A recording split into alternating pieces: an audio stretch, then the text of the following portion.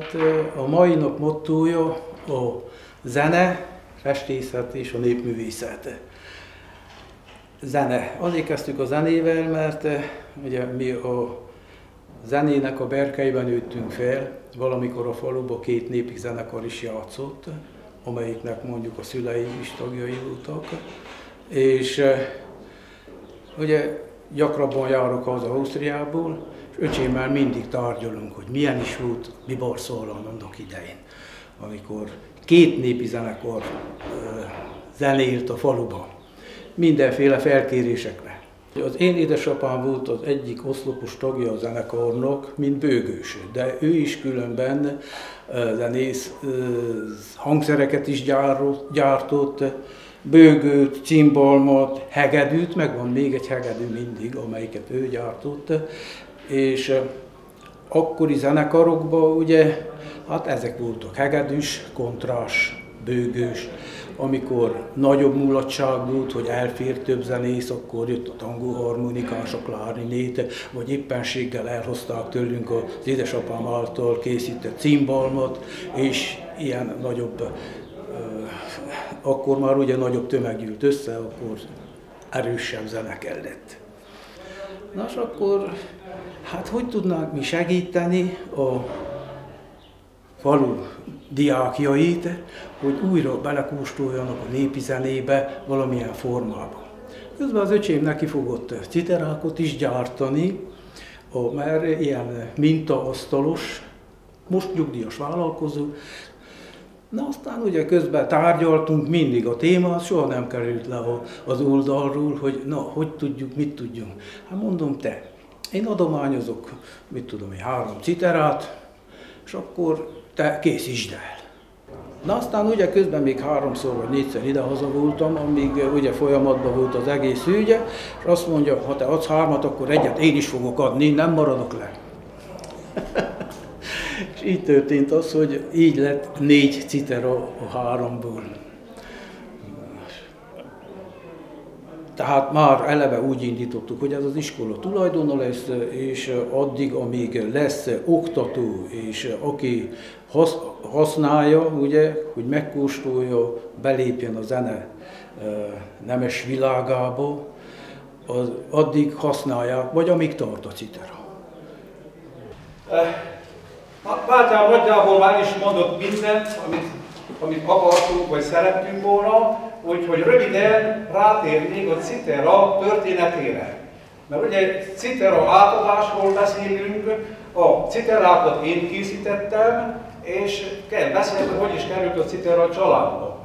Mert a családban már volt nagybőgő, volt cimbalom, volt hegedű, mert édesapám mind ezeket csinálta. 2 hegedűt, 3 cimbalmat és 2 nagybőgőt. Ő nem volt asztalos, tehát nem volt neki asztalos vénája, ő órás ékszerész volt. De mivel szerette a fát, szerette a zenét, így nekifogott a komályával is, ennyi hangszert csináltak. Persze ez nem a Stradivarival volt egyenlő, hegedűt csinált. Én azzal kezdtem a zenélési pályámot, tehát barokkra jártam hegedű órákra. Na de most rátérek a citera témára. Ildikó lányom, aki zenepedagógiát végzett, egy hétvéges oktatáson Udvarhely mellett megtanult citerázni. És azt mondták, hogy hát ő nagyon megszerette, és azt mondta, amikor hazajött, hogy neki kéne citera, mert ő nagyon kedveli, nagyon jó, könnyen tanulható hangszer, és azt mondták, egy év múlva hoznak Magyarországról citerát. Hát gondolkoztam, aztán megvigasztaltam, ne búsulj, én neked hamarabb csinálok citerát. És így 2019-ben nekifogtam, és csináltam Ildikó lányomnak citerát.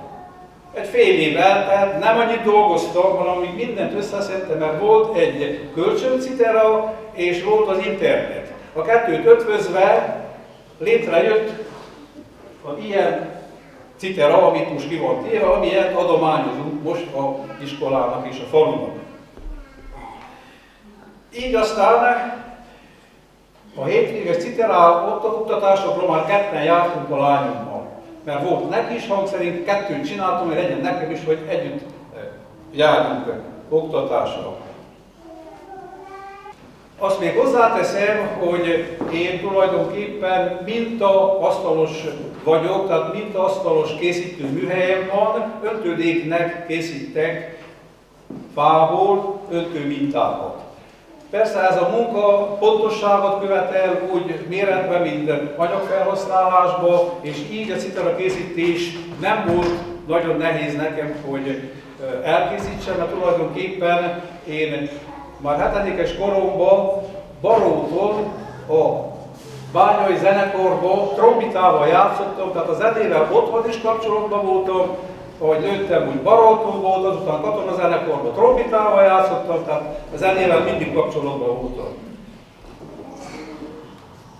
És még meg kell említsem Fekete Hódor tanár urat, én vele kezdtem el az első lépéseket Székelyszentmihályon, tehát ott kezdtünk barátkozni, hogy miből is áll a citera, hogy lehet rajta játszani, azután folytattuk Nagyajtán is, aztán Vásárhelyen is találkoztunk, és én neki most is köszönetet mondok. Mert ugyanis biztos tudják a faluban, hogy a tanár úr oktassa az iskolában a gyerekeket citerára. És éppen ezért mi hoztuk ezt a segítséget, hogyha már van egy komoly oktató, mert azt még hozzáteszem, hogy nagyon könnyen el lehet érni egy pár dalt, könnyebb dalt megtanulni, de viszont ahhoz, hogy szépen, jól hangzóan lehessen játszani, egy szakember kell, hogy ezt az oktatást elvégezze, mert akkor jó eredmények fognak születni. Tehát Ildikó lányom és a tanítványa, aki nulladikos, tehát még eddig a pályája kezdésén van, és egy nagyon tehetséges, ügyes és zenélni vágyó kislány. Úgyhogy fogadják szeretettel. Igazság mutassák be, hogy mit lehet kihozni ebből a szárazfából kellő tudással. Köszönjük szépen!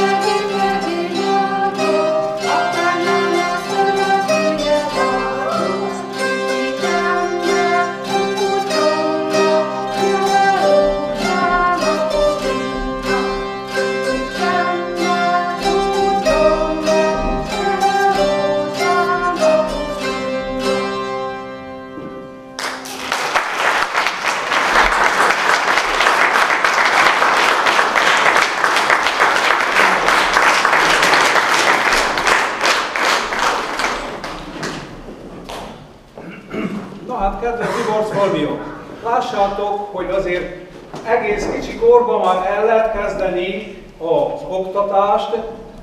Persze vissza nem megyek, de legalább már a nulladiktól is el lehet kezdeni. Ugye gyakorolni kell, kicsit tehetség is kell, és kell egy jó oktató, és akkor már mindjárt tud menni a zenélés. Most pedig van egy meglepetésünk, a Bibarsfalvi iskola, Citera csapata is készült egy bemutatóval. Úgyhogy fogadják szeretettel Fekete Hunor és a diákjai. Ha gyökereinket elveszítjük, akkor jövőnk sem lesz. Ezt szavakat olvastam egy felhívásban, melyek mélyen megérintettek. Megerősítettek abban, hogy meg kell mutatnunk gyermekeinknek, hogy hogyan éltünk mi. Mi az, amit mi is kaptunk az előreinktől. El kell mondanunk, hogy mennyi érték, mennyi érzés, mennyi tapasztalat, mennyi emlék lapozható fel egy-egy közösségi esemény felelevenítésekor. El kell mondanunk, hogy milyen tartalmas életünk volt, amikor közösen munkálkodtunk, közösen alkottunk, közösen húslakodtunk, vagy közösen ünnepeltünk, énekeltünk, és közösen citeráztunk. Ha helyes és jó zenét hallgat valaki, vagy játszik valaki, majd hajlik arra, hogy jó ember legyen, mondta Arisztotelész. És mi jók voltunk. Hát gyerekeinknek is jóknak kell lenniük. Ez meg rajtunk, szülőkön, neveleten is múlik. Bár bevallom, nem ismerem a bibarsfalvi citerázás múltját, gondoltam, hogy itt most többet tudok meg, de tudom, hogy Erdővidéken van múltja, és hála jó Istennek, hogy van jelene is. Bibarsfalván viszont lassan 4 éve, hogy kisebbik lányunk, akkor még amatőr citerásként megszólaltatta szépen szóló hangszerét egy tanévzáró ünnepéje. Idén meg a Sepsiszentgyörgyi Művészeti Népiskola másodéves végzősei lesznek Fekete tanár úr tanítványai, a falunkban citerázó gyerekek, és velük együtt kezdett 2 évvel ezelőtt még 2 felnőtt is. Dicséretes a tehetségük, a kitartásuk. Egy lángot adok, én is kaptam azt messziről, mint egy mennyei vigaszt. Egy lángot, amely forraszt és összefűz. Csengenek tovább remélyik szavak. Ma kicsiny közösségünknek igen nagy szüksége van egy ilyen lángra, mely forraszt és összefűz. Úgy érzem, hogy iskolánk egykori diákjai, Ozsvárd Lajos bácsi és Ozsvárd Pali bácsi is ezzel az érzéssel hozták iskolánknak egy csodálatos ajándékot, a 4 citerát. Hát a köszönjük szó az oly kevésnek tűnik ezért az adományért, és a rám bízott feladatért. Hadd fejezze ki hát hálánkat szerény ajándékunk, gyermekeink citerajátéka, éneke és tánca, valamint a szülők által készített finom falatok. Egy lángot kaptunk, ápoljuk, továbbadjuk, híveink adozzuk. Bízunk benne, hogy a láng kitart több nemzedéken át. És ahogy tudjuk, a jókedvű adakozót szereti és megáldja az Isten. Hát kívánjuk, hogy Isten áldja őket és családjaikat. Közel 40 éve, amikor Júz citerázni kezdte, akkor egy ilyen csoda használtunk hozzá. Nyomó, úgy hívják, hogy nyomó a régi nyelven. Igen. Ma már ezt nem használják, mert én így tanultam, és megpróbálom bebizonyítani, hogy tanultam is. Nem biztos, hogy olyan ügyes leszek, mint a vendég kislány, de tényleg nézzünk el neked.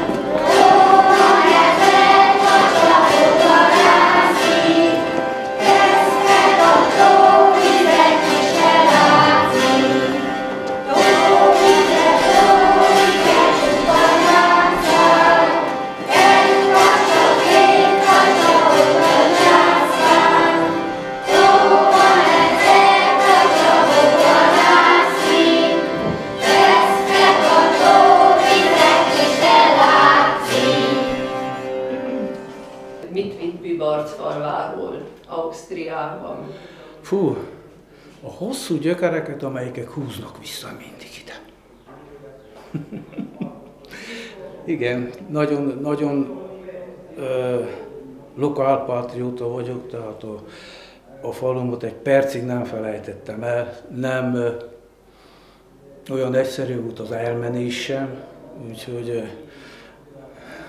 az akkori rendszernek a politikai nyomására muszáj volt elhagyjam a szülőföldemet. Most már 40 év vagy ott élek, tehát már többet éltem ott, mint itt. Hát itt sikerült ugye rendberakni a szülői házat, ahol felnőttünk, ahol minden fát, minden követ, minden madarat, madárfüttyöt ismerünk. Már ismerem én, mert a feleségem egy udvarhelyi, és még azt el szeretném mondani, hogy a családunknak a történelme az nagyon messze nyúlik vissza itt Bibarsfalván.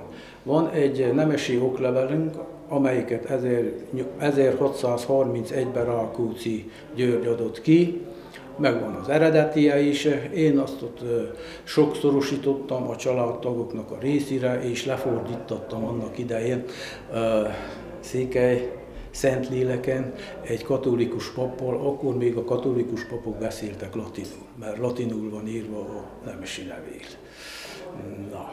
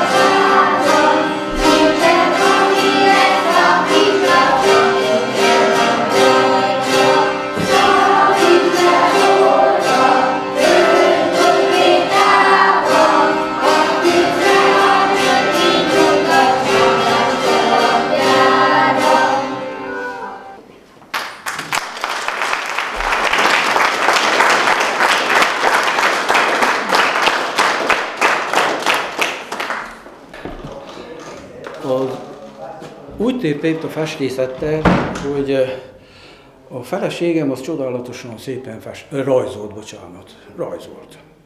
Felkértem ilyen-olyan dolgokra, ugye amikor nekiálltam az ausztriai lakomba a teraszt készíteni, hát megvolt a családi címer, na de a családi címer az kicsikébe volt. Na mondom, ezt nekem meg kéne nagyítani, mert én a terasznak a közepébe akarom beépíteni ezt a címert. Olyan ügyesen megcsinálta.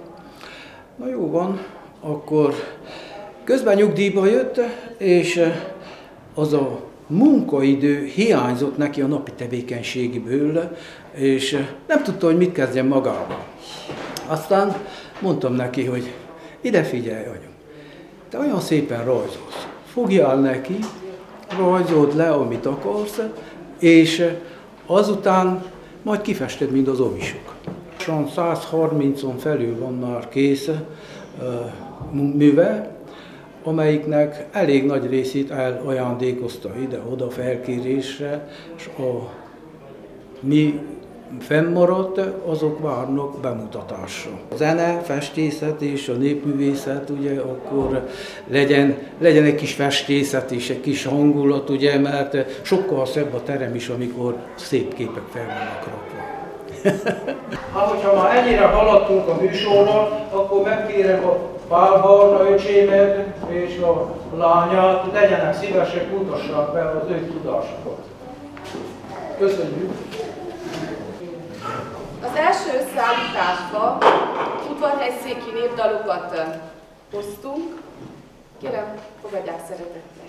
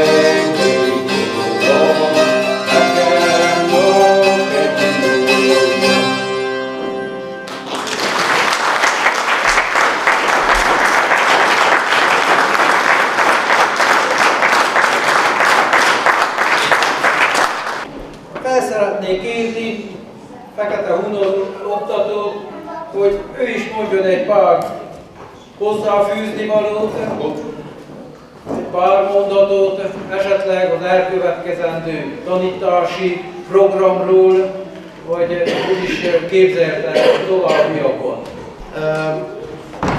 Nagyon boldog vagyok és eltűnt örömmel, hogy ilyen előrelépés van.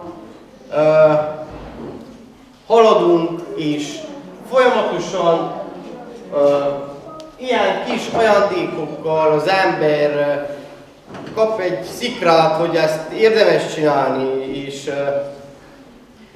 hát ugye ezt Kodály Zoltán is azt mondta, hogy már a kicsi-kicsi korban el kell kezdeni az oktatást. A Sepsiszentgyörgyi Művészeti és Népiskola keretén belül oktatóként. Bibarcfalva az egyik település a közel, most már lassan 8-9 faluban is cseng a citera erdővidéken. 3 éves a tanfolyam, hogyha valakit érdekel, ezt majd lehet bővíteni. szeptemberben szoktuk kezdeni a citera oktatást, tehát akkor kezdődik, ahogy az iskola kezdődik, majd nyaranta nagy citeratáborok vannak, és eszmecserét lehet találkozni más falvaknak a citerásaival, és az örömön lehet osztozni. Én nagyon örvendek, és a citerás közösségként is azt mondom, hálásak vagyunk, köszönjük szépen. Bizakodom, hogy minél több jelentkező lesz. Én úgy érzem, hogy a muzsikálásban megkapjuk az örömünket, a kikapcsolódásunkat.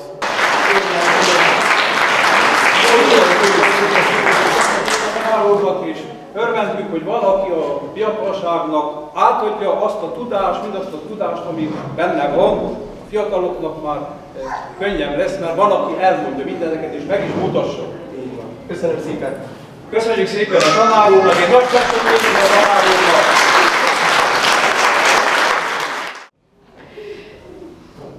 Megtisztelő és megható az a feladat, amit én most kaptam, hogy megköszönjem szépen az adományokat.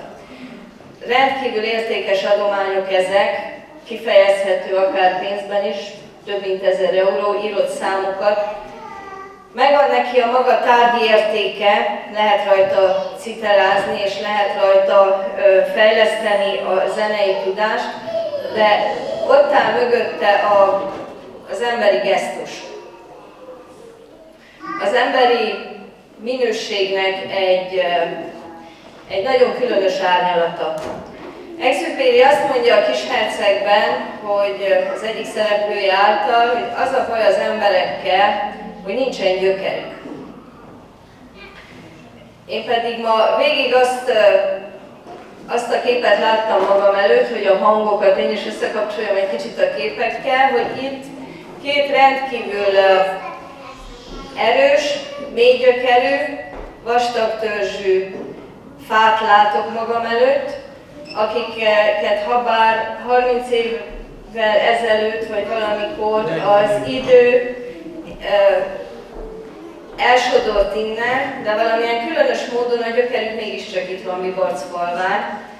A törzsük annyira erős, hogy értéket és adományt terem, és a gyökerükből táplálkozva növeszthet a mi fánk, a mi bibarcfalvi fánk újabb és újabb hajtásokat, és táplálhatja a leveleket. Én köszönöm szépen a gyerekeknek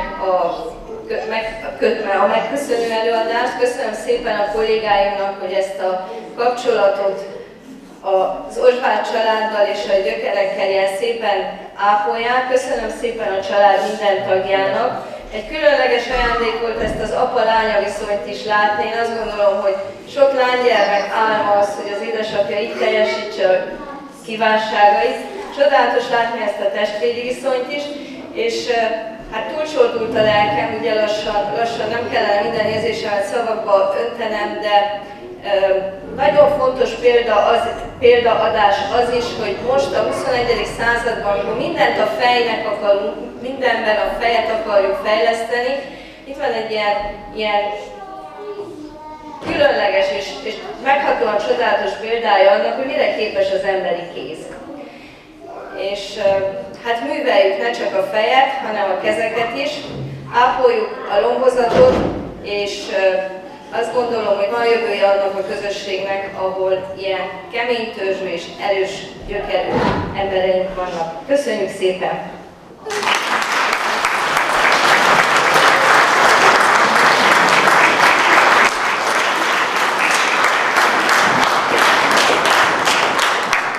Gyökerekről esett szó, Tamás Járon azt írja, hogy az ember a szíve mélyén örökké odavalóak született.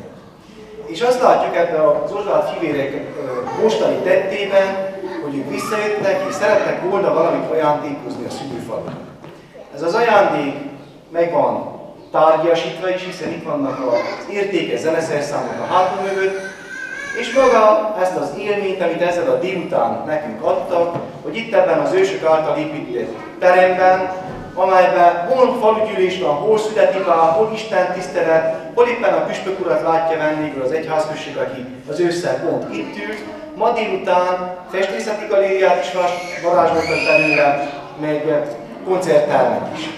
És ezzel adományozták meg az őket kibocsátó közösséget, és ezért a tettért nagyon nagy elismerést és köszönetet érdemelnek. A másik pedig az, hogy mi lesz ezeknek a szerszámoknak a sorsa. Én azt látom, hogy azokban a közösségekben, ahol van legalább egy ember, aki kézbe veszi a fiataloknak a zenei nevelését, csodákat lehet tenni. Régen nagyon sokat dolgoztam, mert az elmúlt évtizedekben sok projektem volt, és Kelemen Antal, aki 2010-ben hunyt el, 79-ben került oda, régen gyakorlatilag a második világháború előtt volt egy fúrózenekar. És amikor Kelemen tanár oda került, akkor minden gyerek kezébe adott egy zeneszerszámot, és nem volt olyan gyerek az iskolában, 178 gyerekből álló fúrózenekart hozott létre. De ezek a tehetségek megvannak mindenütt, és ennél jobb példát mi Hídbőből nem is tudjuk mondani, mert Fancsal Zsolt tiszteletes úr, hogy már többször is láttuk adventben, egy egész órás műsort tud összehozni, kizárólag csak a gyerekek előadásait. Úgyhogy úgy gondolom, hogy jó helyre kerültek ezek a zeneszerszámok, Fekete Hunor tanár úr biztosan fogja ezeket használtatni, a citera az asztalon van, már csak tengetni kell, és én örülök, hogy együtt örvendezhetem őket. A következő szállítás Kütülő Dobóról származik, tehát a Kütülőmenti népdal összeállítás.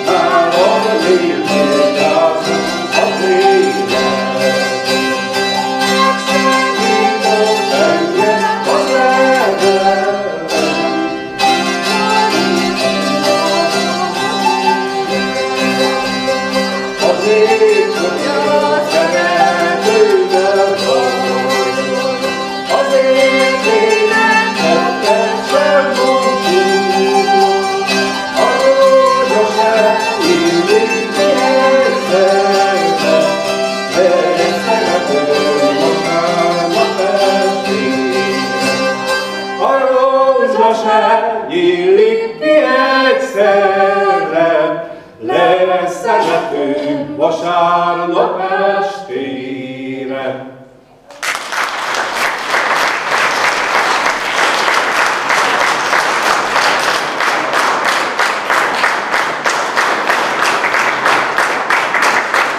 Köszönjük szépen!